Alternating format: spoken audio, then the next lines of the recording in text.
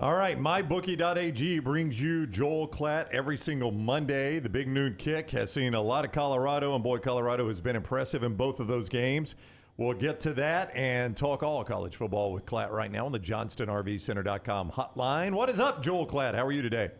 Good. How are you guys? What's going on? Man, we're doing fantastic. I guess let's start with Colorado, Nebraska. I was a doubter. I thought Nebraska would play better in that game. I did not know their quarterback was actively playing for Colorado. I mean, every Colorado score in the first half, Jeff Sims contributed to, and it was just wild to watch. I think both things can be true. I think you can be impressed with Colorado for playing what I would consider to be okay to poor and still win going away, you know, which is what, if you're a good team, that's kind of what you should do.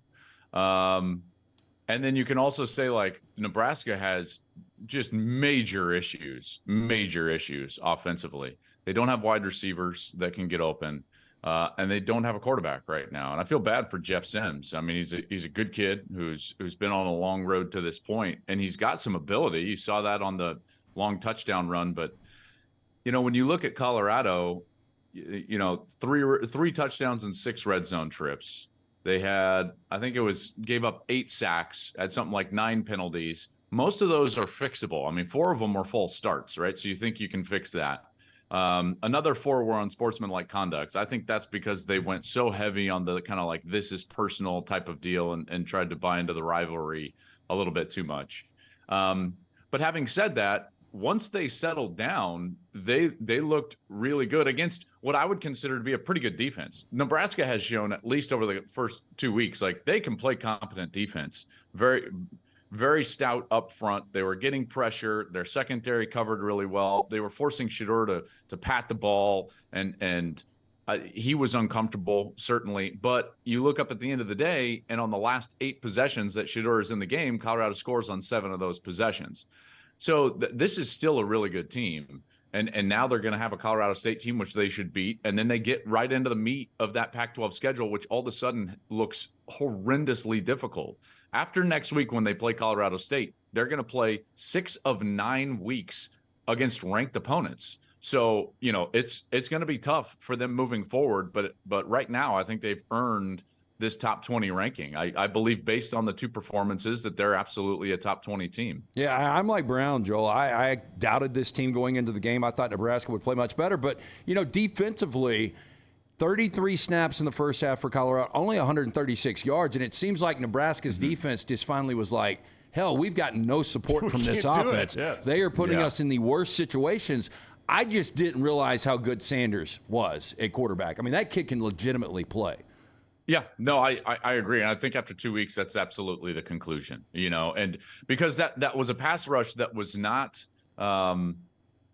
easy to deal with, let's face it. And they were able to get home with 4. And then when you're getting pass rush and quick disruption in the pocket, and you're looking at sometimes, you know, 7 and 8 guys in coverage, that's difficult for any quarterback. And that's what he was dealing with. But they eventually figured it out. He eventually got to the easy completions. Xavier Weaver was tremendous. And then when they did, here's the thing is, like, when you do give him time, man, it's a wrap. Like, that guy's going to find the open guy. He's going to attack the space.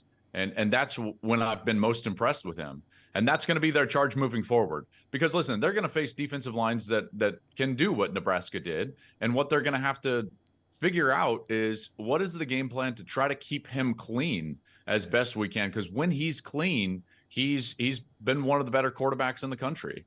Yeah, and when he has to, he can escape too and run the football. Yeah. And I admire the fact that he stays with it a long time. He doesn't just read 1 or 2 guys and then say, man, I can run out the back door here and get 8 or 9 yards. He'll sit in there. Although and wait. I will tell you that the old quarterback in me, he took a couple of those sacks. I was like, ooh, I was like, bad sack. Can't do that.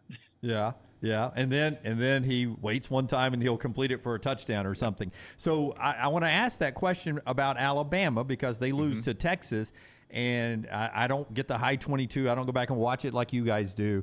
But as I went back and watched the game after being there in person, it seems a lot of times Alabama back at Tennessee last year and then again on Saturday nights trying to get home with 3 or 4 guys and dropping coverage, and it just ain't working. It's just not working. No, they could not put pressure on Quinn Ewers in the second half. Just couldn't do it. And conversely, Texas was putting all sorts of pressure on Milroe. Also, the style of game was one in which Alabama was forced into throwing the ball, which that is a weakness of this version of Alabama, let's face it. Whereas Texas could kind of remain in their base offense and use the run and use misdirection and take shots. So, this game, if I was peeling it all back, there's only a few teams, there's only a few rosters in the country that can do to Alabama what Texas just did. That's why I don't feel like this is a sky is falling moment for Alabama. I really don't.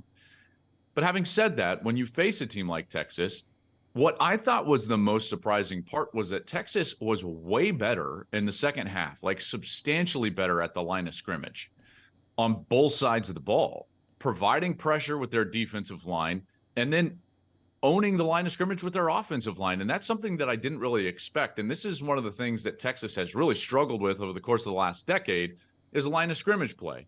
I think the last 7-14 of that game is indicative of where Texas has been trying to get for a long time. Their offense never left the field after the 7-14 mark. I'm sure you guys have talked about it. They run 3 straight times. That should be a 3 and out against the Bama defense all day long. They're going to run. They do run. And Texas was still able to get the first down. That's the mark of a very dominant run game and offensive line is when they know you want to run, and you want to run, and you can still be effective. So they get the first down. That forces Alabama into taking and burning their timeouts. So they take the 3 timeouts. And now it's the game. The game is on the line. I believe it's 3rd and 7. I can't believe the defensive play call that Alabama made. They didn't have any second level defenders. It's like Nick Saban has been burned by that little pick route, flat route too much in his career. You think back to Clemson and, it's just such a popular play. You get motion and then you try to get a guy out into the flat. They had such heavy leverage on their back 2 levels, outside leverage, heavy outside leverage with their linebackers and secondary on that 3rd down. And there was some confusion pre-snap. It felt like they were trying to maybe pressure, and there was some sort of like bracket and man, but there was no middle linebacker with a back in the backfield. This is not an empty backfield. There was no middle linebacker. It literally was just like, well, I guess if we just turn these 2 defensive tackles out, he just runs for a first down, game over. And I was blown away at that whole sequence. 7:14 left on the clock. Texas runs it 9 straight times and ends the game on the field. That blew me away. Joel Klatt with us each week, courtesy of mybookie.ag. Your best insight of the Colorado game Saturday was when you said, watch Shedeur Sanders' feet. It tells you if he's comfortable with his read, if he can read it. If he's happy feet, he doesn't have the defense read. If he's solid in the pocket, he does. When you watch Jalen Milroe, and he's trying to read defenses, what do you see, and is it fixable? That's a tough question to answer because I don't think it's fixable. Maybe it is. Is he reading them, Joel? Do you think? Because a lot of the first half, I think the point that I'm going to try to make is like I don't see a player reading defense. I see a player running plays, and it's this is the route I should throw on this play, and then there's very little outside of that. Now, if he doesn't like it, now he'll go through a progression here and there, but like the interception, it's a one-man route out on the edge, and the safety just runs directly under it. I'm like, you can't. I'm stuttering because it's like you can't throw that ball. You can't. That makes me nervous for them. And here's the thing. Here's why I don't think that it's necessarily just one bad outing, is because Tyler Buchner is there. And I don't know if we've talked about this. I'm sure I've talked about it on my show. I was really concerned for Alabama when Buchner transferred to Tuscaloosa. And because all you have to do is just like read between the lines. Tommy Rees was Buckner's coach last year. It means that they have a close relationship. All right. Especially if he would follow him anywhere. Tommy Rees would tell Buchner the absolute truth. He's not going to come here to sit. He doesn't want to come here to sit. So if Milroe impressed at all in the spring, there's zero chance Tyler Buchner would have transferred to Alabama. Zero. Tommy would have told him, like, no, man, we're good. You know, you should find another place. There's certainly other teams that need quarterbacks. So the fact that he came there in the first place tells me they were really concerned after spring ball. It means that these same type of issues were happening in practice, and now they've crept into the season. I told you guys last week that the biggest key in the game was, and key for Alabama, and this will be the case moving forward, was can Milroe limit his turnovers and mistakes? Because they've got to play clean. They got to play with the lead. They've got to play clean. This is not a team that has a drastic margin of error like they did with Bryce Young and some of these other great quarterbacks. And when he doesn't play well, like, they're going to be in tight ball games. Klatt, the most interesting hire in the offseason, Bobby Petrino. Texas A&M, they've got an offense now. They ain't got a defense. And Tyler Van Dyke had like 7 seconds in the pocket every time, and he just completely lit that defense up. I give Miami a lot of credit, though. In year 2, we talked about their speed. They were down double digits early, and they come back and absolutely crush A&M. Did you guys know that even with all the transfers, I'm just looking at some of my notes here. Even with all the transfers, A&M still has the 4th most talented roster in all of college football. Did you know that? Yeah, it didn't look like it Saturday. Yeah. Tell me, That's is Miami the point. is Miami 1, 2, or 3? No, They weren't Saturday. no. In fact, Alabama is number 1 on the talent composite. Then Georgia, then Ohio State, then Texas A&M, and Clemson. This is not working. Like, I don't know how else to say it. This is not working. This experiment at Clemson, or excuse me, at Texas A&M is not. It's not working. Yeah, they played fine on offense. You can't give up 48. By the way, they had a 17-7 lead. Lance, they basically got run out of the gym 41-16 from that point on. Oof. That's a drubbing. And you know, you look at what they've done now over the last few, and it's like, this is not a singular bad night. They've lost 7 straight road games going back to 2021. And their last 8 against Power 5 opponents, they're 1-7. I didn't say ranked teams. I didn't say against the elite of the SEC. I didn't say top 10 teams. I said just Power 5 teams. That's it. That's the barometer. They're 1-7 in their last 8, and they've got the 4th most talented roster in all of football. Something's not working. Something's not working. At this point, there's been enough changeover. There's been enough time where you can look at the head coach and say to yourself, like, okay, like, that's not working. And guess what? Here we go. $76.8 million after this year. $67.6 million after next year. $58.2 million after 2025, which means they're sitting here in their last 8 against Power 5 opponents, and they're 1-7. And it's going to take them 3 more years to just owe him $58 million. Hey, honestly, how many people do you think A&M has out there digging for something to fire him with calls? Like, please pull a Mel Tucker. Oh, gosh. I mean, because you're right. And if I'm I said this earlier, I've said it a couple of times, TCU plays for a national championship right there in state. Texas seems like they have had their moment now beating Alabama by double digits. And if I'm an A&M fan, we've recruited better than both of those, and we've got nothing to show for it. Nothing. It's wild. And I've been hard on their fan base, because they can, they can be unique, I guess, is a good way to put it. I feel bad for them. Because they've done it. They've done their part. The fan base has done their part. Let's be honest, right? They built the stadium. they've donated, they've done it, they've come up with a contract. And look at what the opening at LSU did to college football 2 years before last season with Brian Kelly. You look what's going on at Michigan State. That contract was a direct result of the LSU opening. This contract for Jimbo, direct result of the LSU opening. To your point, yeah, I mean, yes, and that's the dirty side. But I'm sure that there's people digging like crazy, second only to like an election. Like, you know, like I wouldn't leave the house if I'm Jimbo. oh my gosh, Bubble wrap. Listen, before you go, it's a bad habit of mine and of this region of the country. When Alabama loses, we talk about what's wrong with Alabama. I just want to, I don't want to use the phrase Texas is back, but I have a feeling this Texas team has some staying power. Do you see it that way? Yeah, absolutely. Because this wasn't a kind of a normal fluky, win against Alabama. You guys know that.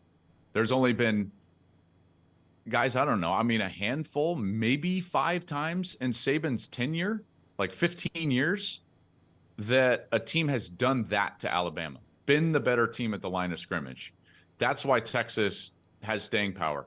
I'm with you. I hate the term Texas is back. Here's what I would say about Texas this year. With their quarterback, with their skill positions, and their line of scrimmage play, Texas is an elite team. Texas now, when I look at their schedule, along with Florida State and Georgia, those are the 3 easiest paths to the college football playoffs in this last 4-team edition. In particular with the way Clemson looks, with what's going on in the SEC right now, it doesn't look like Georgia's going to get threatened at all until maybe the SEC championship game. And then you're going to face a very flawed LSU or flawed Alabama in that matchup. So between Georgia, FSU, and now Texas, those 3 paths are incredibly, well, they're just so much easier than, let's say, a Big Ten team's path, right? Michigan, Ohio State, and Penn State all have to play each other. In the Pac-12, USC, Oregon, Washington, Utah, any of these teams. Say it, Colorado. Say it, Colorado. Well, yeah, I mean, look, there's 8 teams ranked, right? So those paths are incredibly difficult. The other 3 that I was talking about. So I really believe if I was betting right now and they were like, you have to give me 3 of the 4 correct playoff teams for this last 4-team edition, I would absolutely put Texas in that mix. All right, big noon kicks Saturday. Penn State, Illinois. Before you scoff, take a gander at the entire national schedule. Penn State, Illinois on Fox Saturday. Can't wait to see Drew Aller. He has looked really, really good for the first 2 weeks. Where's Illinois' defense gone? It's an atrocious week, by the way. It's a bad week. There's can we get more ranked matchups? Hey, wait till next week. Wait till week 4. Week 4, baby. You got 6 next week, 6 ranked matchups next week, and that doesn't count Clemson and Florida State because Clemson's not ranked this week. Have you all Isn't that crazy? Yeah. Have you all announced a week 4 spot yet?